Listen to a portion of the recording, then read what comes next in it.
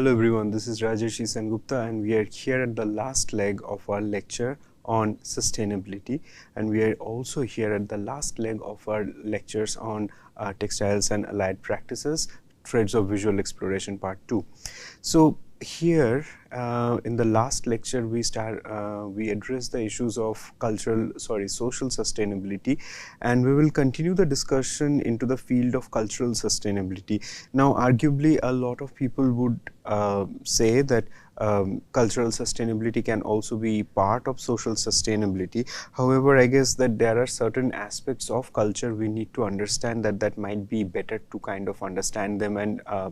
consider them under the umbrella term of cultural sustainability. So the way we understand culture is something that we find that in which culture is kind of understood as a value system or a belief system that is shared by a group of people or an entire community or a people from a particular region. So in that regard, we can see that there is this idea of collective which plays out a big role in this idea. So when we talk about cultural sustainability, we do talk about different kind of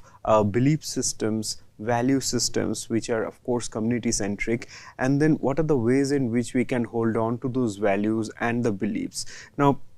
there are also a number of values and beliefs, one thing that perhaps that requires revisiting. Now we also always have to be conscious about these issues. We have to keep in mind that what are the social, economic, cultural situations that we go through, and then what are the significance of those kind of value systems or belief systems. So a lot of times we find that the ancestral knowledge, the hereditary knowledge, or the knowledge that is inherited from the cultural context of the community members, we find them that they guide us through certain kind of things in the present, also show us the path in the future. So that can be understood as something that is very integral part of culture, and sustaining those values, sustaining those belief systems is something that is very important for us when we talk about the overarching theme of sustainability. Now here what we also see that the idea of skill transfer, something that we have also mentioned in relation to social sustainability, skill transfer can also be associated with this idea of cultural sustainability. And in this image I wanted to talk about how skill transfer and knowledge transfer, these ideas are also very much there when we talk about the present state of the artisanal communities, the sectors and the workshops that we work in. So here again we seeing the image, this one image where the master block carvers Gangadhar Kundra and Narsaiya Kundra are there with the other block makers Nilambar, Srinivas, Ranga, and then Asif. So they are there in this workshop setup, and here what we find in their workshop that they have mentioned something about sustaining their the activities. Now Gangadhar Kundra and Narsaiya Kundra, both of them, this master block carvers from Pedana, they have been engaged in teaching block carving, wood block carving to a number of apprentices whoever they come to this workshop. So they have been continuing this work at least since 1980s, the late 1980s, and since then they have been working in this workshop but also training a number of apprentices here. Now they also fear the future in which whoever will take over this work, or what would be the future of this kind of work, because they say a lot of times that the apprentices who would get training here in this workshop, they would in the future they would choose to work in perhaps other sectors. And when we see that working in other sectors, something that we have already sort of discussed in the other lectures, in the earlier lectures as well, when this kind of issues take place, we find that it is not just about shifting jobs or shifting certain kind of ideals. And when we think about that, how does cultural sustainability also plays out in this role, that it is not just the discontinuation of certain kind of work, that if we are learning block making and if we are not continuing wood block making, then there is a rupture in the culture. So this is perhaps not what I am suggesting, but then it also takes me back to something that Gangadhar Kondra had mentioned or said during one of my interviews. So he said that, I mean, he wants people to be trained to use their hands, to use their skill. Now, he did not really mention that, I mean, his apprentices need to be proficient only in woodblock making, but he said that how the way in which the hands work with tools, hands, if one hand is holding the engraving tool and the other hand uses the beater, and then that is how the process sort of continues, then this skill should also enable them to work in other sectors where, again, like, I mean, this hand and brain coordination works out. So he said that, I mean, he won't mind if this kind of skill is useful for someone who's working in the field of tailoring, for example, or doing the cobbler job and other different sort of artisanal work, which are important, and in which we find this, again, this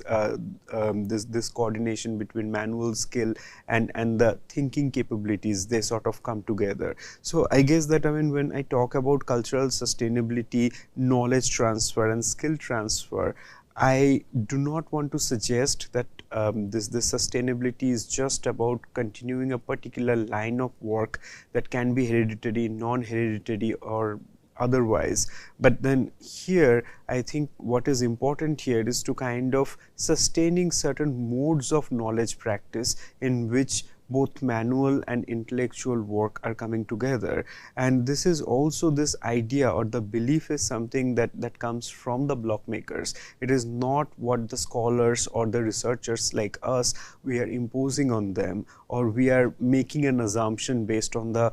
interactions that we have, but it is something that have came up from the practitioners themselves. So when we talk about the value system, when we talk about this idea of knowledge transfer and this community centric ideas or beliefs around it, so these are the kind of ideas that I want to emphasize, that, I mean, what is important in cultural sustainability, that sustaining certain kind of beliefs or values which are shared by the community members or the elders and people who are capable of passing this knowledge on to other people. So it is very significant that we understand that here, by knowledge transfer, we are not talking about a particular kind of work, that is block making, but we are talking it much more expansive terms, in which we say that yes, there can be other ways to perceive this idea, there can be ways in which we can understand that knowledge transfer can take place, and that can enable someone to work or to utilize this knowledge in different sectors and not just particularly in woodblock carving. So the cultural sustainability is also something that is tied to the idea of economic sustainability, and economic sustainability, this certainly comes at the forefront when we talk about sustainability, and I don't want to emphasize more into that, but then of course that how we see that environmental and economic sustainability, they usually takes the stage when we talk about sustainability, and then the social and cultural sustainabilities are something that comes as subordinate to them. However, what happens in economic sustainability, we see that this viable mode of operating or observing economic growth or viability is something that is very much, it has to be there when we are not neglecting the environmental aspects, when we are not neglecting this social modes of operating or the cultural aspects, what is integral in the notion of sustainability here. So the society culture and this issues and how much money one gets, this kind of ideas are very much there, rooted in the idea of this economic sustainability. However, I think, I mean, there are also certain issues which require perhaps a little more investigation. So for example, during one of my interviews with Ikat Weaver, as well as entrepreneur Gajam Govardhana, who is based in Hyderabad, so he mentioned that how in the sectors around in Koyalagudam, as well as in Puttapaka, and also in this some of the other regions of Telangana, for example Suryapet and Pochampalli. So in these regions where this ikat weaving is something that we have observed from at least from 1970s, from this extensive activity of ikat weaving, and which has also sort of been you know seen in the limelight, at least since the state bifurcation in this of Telangana and Andhra Pradesh. So what we find here, that I mean, in Gajam Govardhana's comment, that he said a number of people he had tried to convince, the young ones, the ones who are probably in the age range between 15 to 30. So a number of people, they are interested to move to the urban centers, and Hyderabad being one of the close metropolitan cities to this rural regions in Telangana. So a lot of them, they aspire to go to the city and find jobs there, whereas then Gajan Govardhana, he had emphasized the fact that, I mean, probably if someone gets paid whatever amount of money in working in the urban sectors, they might get similar amount of money in while they work in this the weaving sectors of Telangana, because after that, I mean, since ikat had also received considerable amount of interest from both the state and also the designers and otherwise. So the issue is not really just about getting a particular sum of money or particular kind of an economic stability, but there are also aspirations in terms of understanding that what do we want, that do we want to see ourselves being associated with the urban job sectors, and whether that brings certain kind of prestige to us, and that is the reason we make a choice that whether to stay in the rural areas or move to the urban areas. Then Gajam Govardhana had also mentioned that how with the same amount of money that probably one earns in the urban area, that is then used for paying their rent, and then the food prices and everything, which are usually much higher compared to the rural areas. But then of course there are also different kind of amenities and certain kind of associations one wants to make, and those are the kind of factors that perhaps also make them take a decision that what happens and how people migrate to look for different kind of this occupational sectors, and also that, I mean, how do they find themselves finding better livelihood options. Now continuing on that, I wanted also to sort of bring up this one story, and that is about weaver Burra Viraya, and he has this one loom. He has given this one loom in this cooperative society of Koyalagudam in Telangana, and during our interview, so Burra Viraya, he said that, I mean, he started weaving from the age of 10, and he grew up in the Suryapet area, which is not that far from Koyalagudam, and then in his teens he moved to Surat, and Surat, because Surat is very well known for this textile mills, and at least since the 19th century we find that, and then there he worked in the power loom for around 40 years. So he got married there, he had his sons, and of course that, I mean, his sons also got married there. But then what happened, after in his 50s he got this bypass surgery, and after this surgery he realized that there is not really much scope for him to work in the power loom, because the way in which the physical pressure is required, and this extended period of time he would have to stand and kind of facilitate certain kind of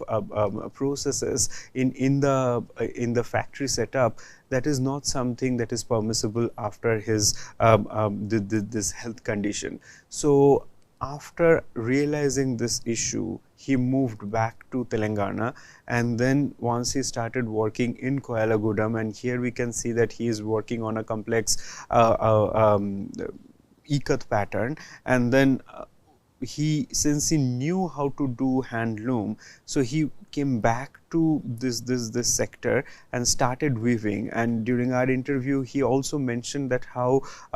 this weaving is something that is sustaining his livelihood right now, and which could not have happened if he was still there in the power loom. Now, he also mentioned that a lot of times that the youngsters think that the power loom can be a better way of earning their living, and that's the reason the age range from like 20 to 50, around this time, a lot of people, they move to the urban centers, and then they prefer to work in this power looms, and if they still stick to the textile sectors. But then for the age range before 20, when they cannot really move out, or they do not decide to move out yet, and then after they understand that after a point in time and after a particular age that it is not really permissible for their health and other conditions for them to work in the power loom anymore, then they move back to the handloom sectors. And this is something that we can find that, I mean, this back and forth, they also say something about how the handloom sectors can support livelihood options, and perhaps that, I mean, when we talk about economic sustainability, that at times when the factory work cannot really support the artisans or the weavers, still like there are chances in which perhaps that this mode of handloom weaving can still provide them with support. So these are some of the things we can see how this idea of economic sustainability is not something just about gaining particular amount of money, but perhaps sustaining it and observing a kind of persistence which continues. It does not stop abruptly, or it is not that dependent on severe health conditions. Of course, there are also issues with weavers. We can find that the back problems, and then also there are issues about that, I mean, extended period of weaving, how that also affects the bone health, and then also the muscle and everything else. But this issues are also something that is taken up by researchers and sort of emphasized to see that, I mean, what are the ways in which we can also contribute to the livelihood conditions, so that this mode of sustainability can still be there in the sectors of handloom textile making, or the handmade textile making. Now, in this regard, what do we think about the role of education and research? Because I think that when we talk about sustainability, a lot of times that we focus on the artisanal sectors, the sectors where people do the manual work, but then the ways in which they get represented, this is very much by the people who are the scholars, the researchers, designers and artists. So in this case, what happens, and then of course for a number of collaborations, we do seek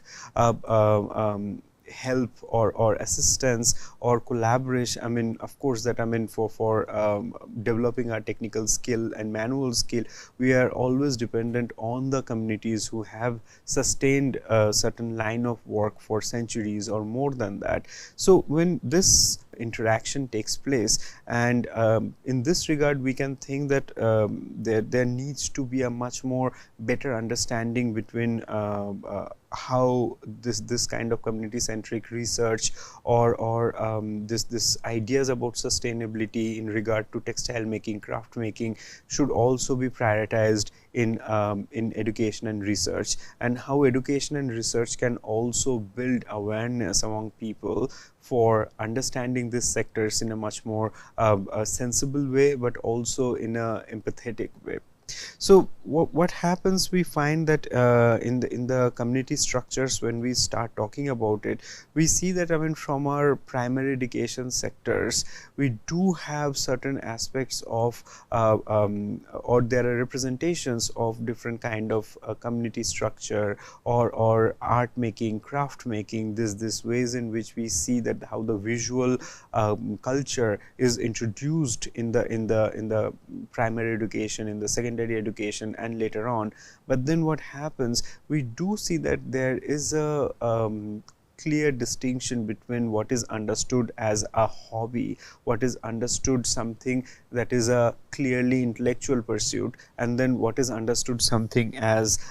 perhaps a manual pursuit. So a craft class can be something where our hands are working, but it is usually understood something that's a break from other studies. For example, if there is science education, if there is humanities education, and then craft class or the art class is seen as something that gives us a break from this kind of education. So instead of thinking that craft and art or our introduction to the artisanal sectors, if that happens in the school level, instead of thinking them as a break from the regular studies, if we think that, I mean, this is something that is integral part for us to sharpen our skill, to understand that how we can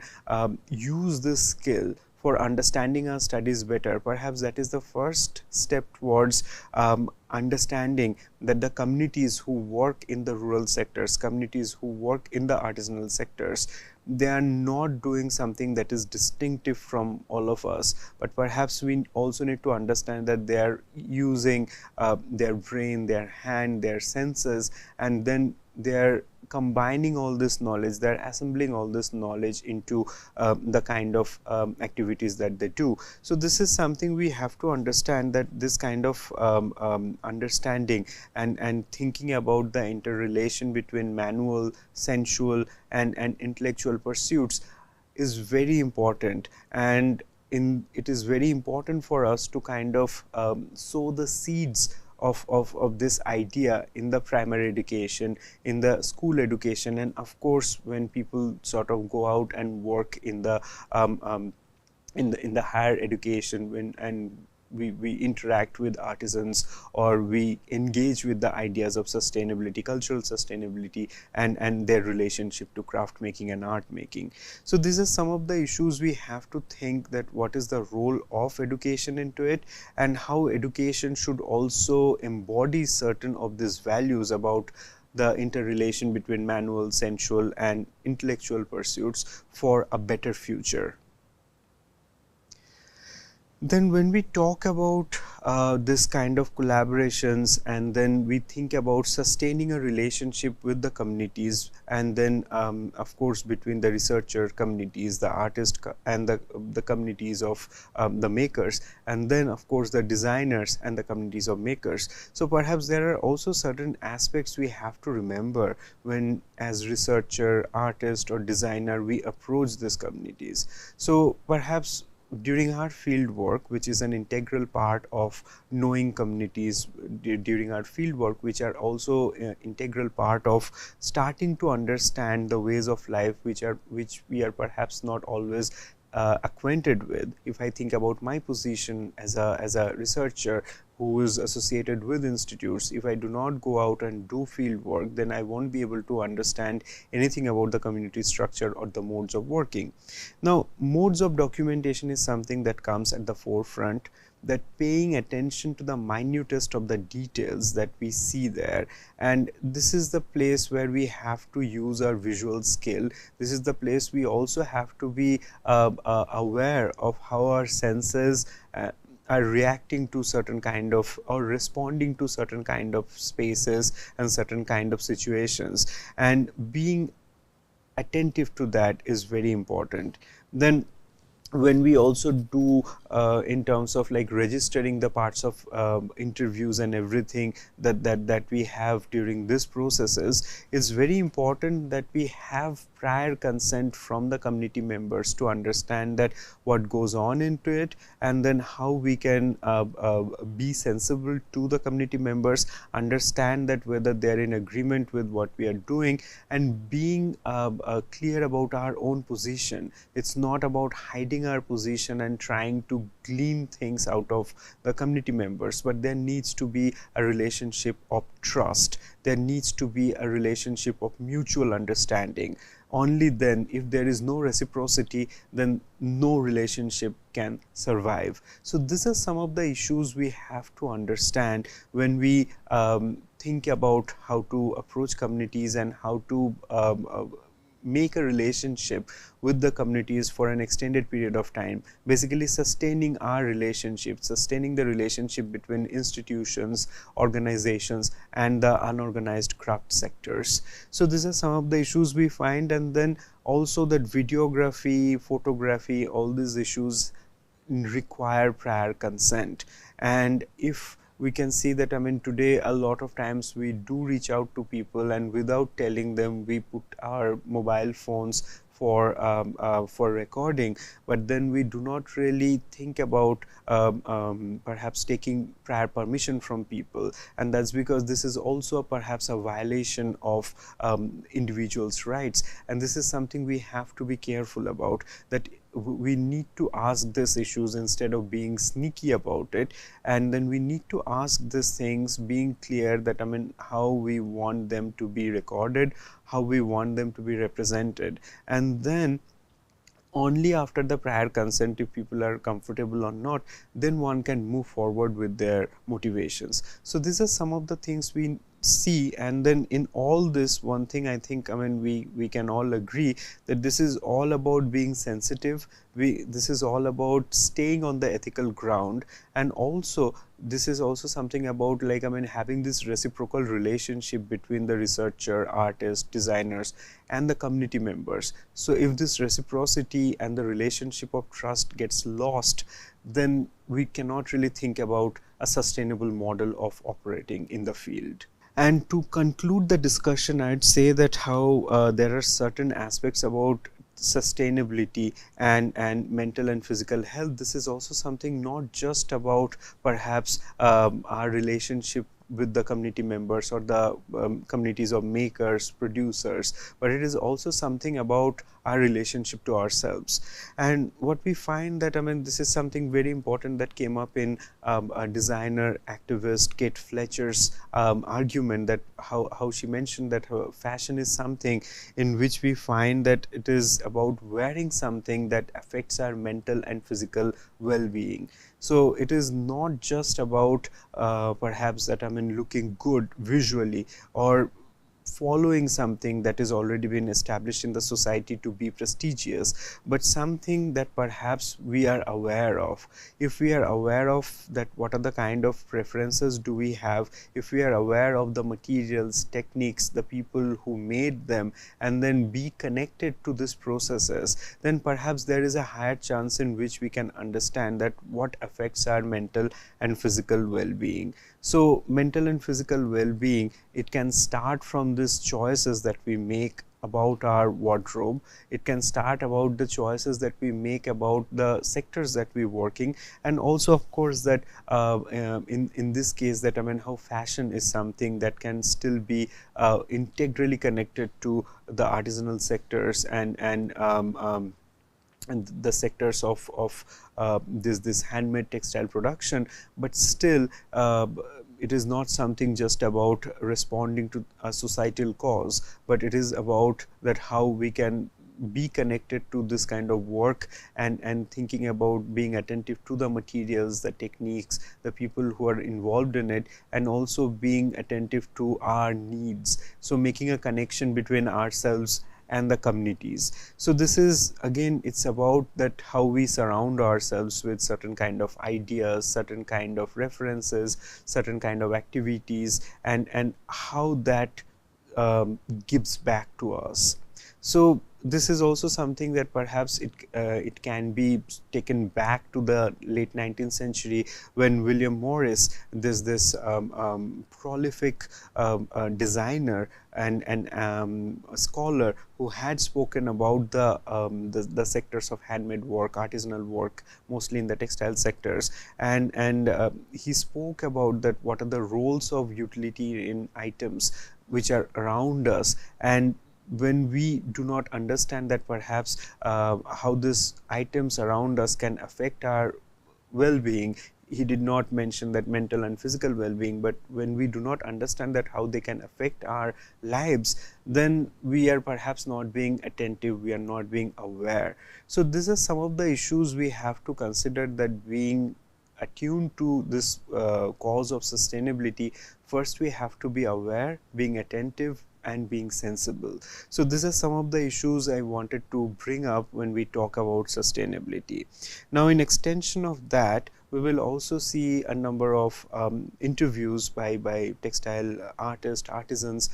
scholars, and this interviews might or might not directly relate to this notion of sustainability, but it is important for us to understand the aspects of practice or issues around sustaining certain facets of culture from their perspective, and that is also required for us to expand the notion of sustainability just beyond the idea of one particular mode of operating. Thank you.